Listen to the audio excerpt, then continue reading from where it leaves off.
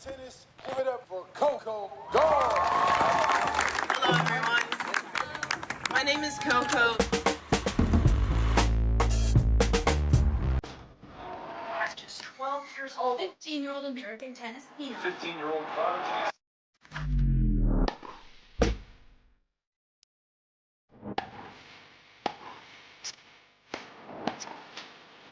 No matter how big or small your platform is, you need to use your voice.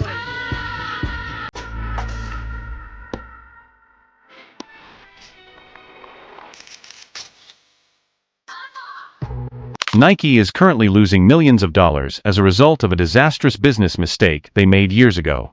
While making significant investments at Aryna Sabalenka, they allowed Coco to walk away to New Balance. The outcomes are disastrous.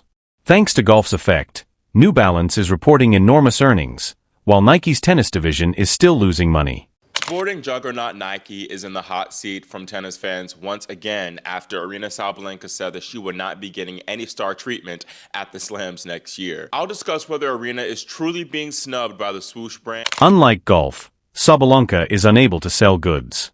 The figures demonstrate that Nike missed the biggest chance in the history of women's tennis. Do you believe Nike still believes Sabalenka was a wise investment, or do you think they regret allowing Coco Gauff to sign with New Balance? Please share your opinions below. For many years, Nike has dominated the sportswear market. They have signed the top stars in every major sport and transformed sportsmen into international celebrities who sell items valued at billions of dollars. However, Nike's tennis branch made one of the most disastrous errors in sports marketing history at some point. Instead, they decided to make significant investments in Aryna Sabalenka, letting Coco Gauff elude them.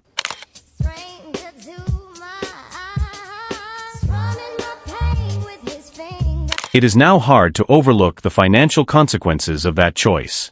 Let's begin with the fundamental details of what really transpired.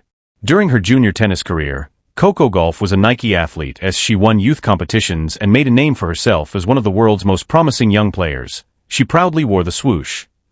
Nike had the first right of refusal when it came to signing a professional contract.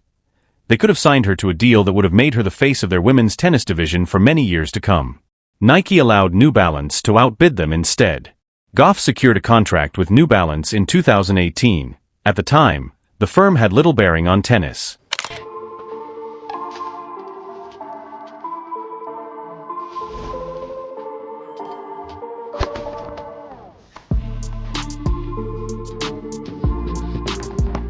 New Balance, we got now.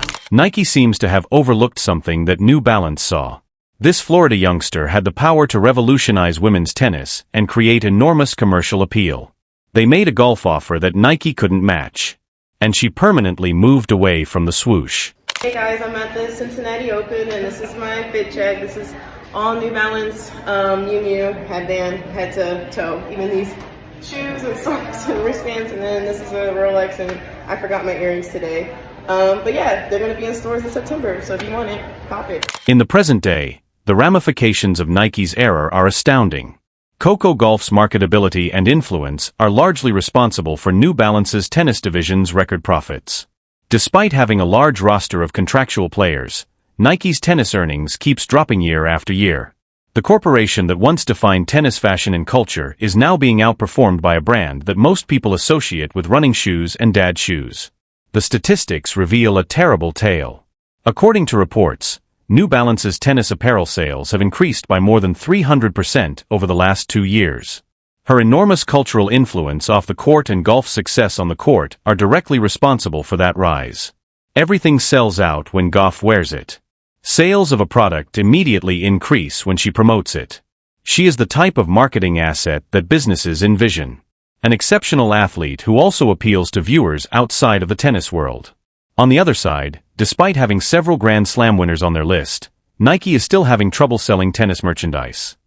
Aryna Sabalenka has won the Australian Open twice and is now ranked #1 in the world. She is an amazing athlete who has excelled at the top level of professional tennis. However, she is unable to sell goods in the same manner as Coco Gauff. That doesn't diminish Sabalenka's tennis skills. It's simply the truth of commercial attractiveness and marketing. The main issue is that Sabalenka lacks the connection and impact with American viewers that makes athletes profitable. This is caused by a number of circumstances. Starting with the language barrier, Sabalenka is Belarusian, and although her English has really improved over time, she is not as accustomed to speaking with American media and fans as someone like Gauff. Sabalenka and the casual American sports fan who could purchase tennis clothing are separated by this language barrier. In contrast, Gauff originated in Atlanta. She obviously speaks flawless English, and having grown up in America, she has a deep understanding of its culture. Gauff is genuine and personable in interviews. Young Americans may relate to her story because they recognize themselves in it. She is the young person who fulfilled her dream of being a professional athlete.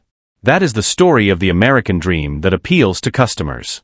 The disparity in influence goes much beyond language. Young children all across America look up to Gauff, especially young black females who are thrilled to see someone who looks like them winning a traditionally white sport. The portrayal is really important. Because their children aspire to be like Coco, parents are purchasing golf equipment for their daughters. Black families, who were traditionally underrepresented in the sport, are increasingly enrolling in youth tennis programs. The demographics of tennis players in America are physically shifting because to Gauff. There is no such cultural influence from Sabalenka in the United States.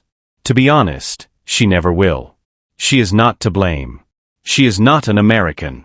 This is not where she grew up. She lacks the inherent affinity for American sports culture that would make her a valuable marketing tool for goods largely sold in the U.S. market.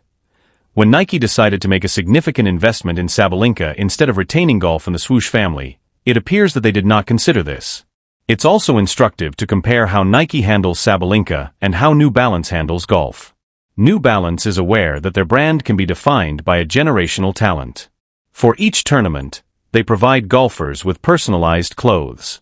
In just 18 tournaments this season, she wore 19 different ensembles. In tennis, that is unheard of. Gauff is being treated like the superstar she is by New Balance, continuously coming up with new styles that keep her in the spotlight and create social media excitement. Nike, on the other hand, hardly cares to offer Sabalenka distinctive colorways of their regular designs. Sabalenka herself acknowledged in public that she had to exert a lot of pressure on Nike to obtain a single custom cutout dress for the WTA Finals and US Open. She disclosed that she would not be receiving any unique custom designs for the 2026 season. Take a moment to consider that. The world's top-ranked women's tennis player, who has won numerous Grand Slam championships, is denied basic bespoke clothing for the upcoming season after pleading with Nike for it. You shouldn't handle a precious marketing asset that way. That's how you treat someone you don't genuinely value but are required by contract to sponsor.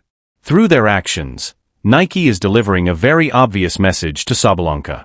You are not significant enough to warrant a suitable investment. We'll carry out our contractual duties, but don't count on us going above and above. Contrast that with how New Balance handles Gauff. The CG1, her signature shoe brand, was introduced in 2022. The only current tennis player with a signature shoe is Gauff. Even though Roger Federer, Rafael Nadal, Serena Williams, and Maria Sharapova are all more famous tennis players than Gauff at the moment, Nike never granted them that. Giving their top athlete her own shoe line was a wise marketing move for New Balance, and it's paying off handsomely. For Nike, the shoe predicament is especially embarrassing. They are thought to be the best footwear available for athletes. They have produced memorable signature shoes for football players, basketball luminaries, and athletes from a variety of sports. However, they were too busy to make signature tennis shoes for Serena Williams, who is perhaps the best tennis player of all time. Despite winning 22 Grand Slam championships, they didn't believe Rafael Nadal should have his own signature shoe.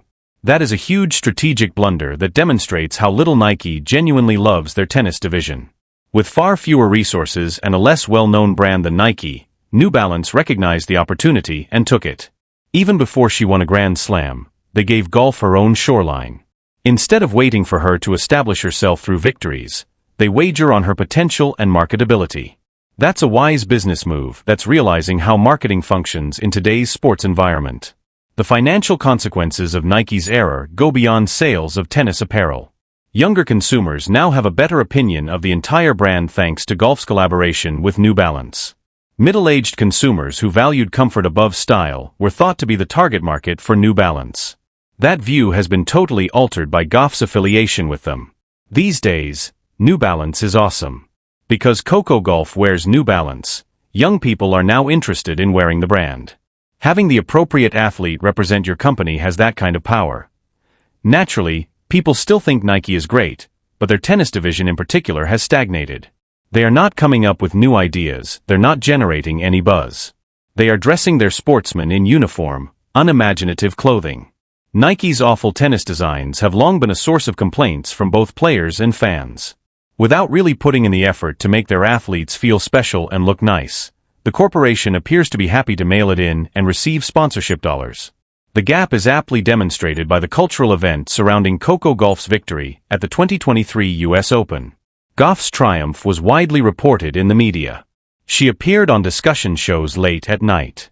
She appeared in prominent national magazines. Overnight, she became well-known by ensuring that Gauff's attire during that tournament run was memorable and widely available for purchase. New Balance took advantage of that opportunity. Because casual fans wanted to have a piece of that momentous occasion, the products flew off the shelves. Even though Sabalenka's victory at the Australian Open was equally remarkable from a tennis perspective, the cultural impact was much lower. For American viewers, the Australian Open takes place in the middle of the night, which contributes to this. However, part of the reason for this is because Sabalenka just doesn't get the same kind of widespread attention in the US as Gauff does. Because there was no audience wanting Sabalenka stuff, Nike was unable to profit off Sabalenka's successes the way New Balance did from Gauff. The disparity was further highlighted by the Women of the Year situation in Time magazine. At barely 19 years old, Coco Gauff was nominated to the Times coveted list, making her the sole athlete among the 12 women honored for making the world more equitable. That is widespread cultural acknowledgement that goes beyond athletics. That is the kind of recognition that solidifies a person's status as a true icon independent of their sporting accomplishments. Despite her accomplishments in tennis, Sabalenka has never been acknowledged by the general public. Major non-sports magazines don't feature her. The Met Gala has not extended an invitation to her. Prestigious organizations outside of tennis are not recognizing her. That is not a critique of Sabalenka as an athlete or a person. It's only an admission that her sphere of influence differs from Gauff's. It seems that Nike was unaware of this distinction while making their investment choices. Additionally, the social media numbers provide an insightful narrative. Compared to Aryna Sabalenka, Coco Gauff has substantially more followers on all platforms. More significantly, Gauff has significantly greater engagement rates. Millions of people view and engage with Gauff's posts. Brands receive enormous visibility when they are highlighted in her posts. That is worthwhile. Businesses pay a price for that. For a professional tennis player, Sabalenka has a strong social media presence, but it doesn't produce the same amount of interaction or reach. Tennis fans respond to her pieces rather well, but they don't reach as many people as Gauff content. That distinction is crucial for a business like Nike that is attempting to sell goods to large audiences. Another issue is the attractiveness to different generations. Nike made a mistake since the next generation of consumers will drive brand loyalty for decades. Sabalenka just doesn't connect with Generation Z in the same way that Coco Gauff does. Gauff is fluent in their language. She is aware of their beliefs regarding representation and social justice. She interacts with them on social media in a genuine manner. She is one of them in a way that neither international athletes nor elder athletes can match. Today's youth aspire to be like Coco Gauff. They don't want to be Aryna Sabalenka when they grow up, at least not in quantities that are significant from a business standpoint in the US market. That is the harsh reality that Nike seems to have overlooked. New Balance will now benefit from the long-term brand loyalty that could have been developed by retaining Gauff within the Nike family. In many situations, the children purchasing Coco Gauff New Balance shoes today will remain New Balance clients for the rest of their lives. Nike has been putting money at other young American tennis players in an attempt to atone for their error. They have made investments in youth development initiatives and signed rising stars. However, none of those athletes had Coco Gauff's blend of exceptional skill, marketability, and cultural clout. Before anybody else understood her full potential, Nike had the opportunity to sign the generational talent, but they were unsuccessful.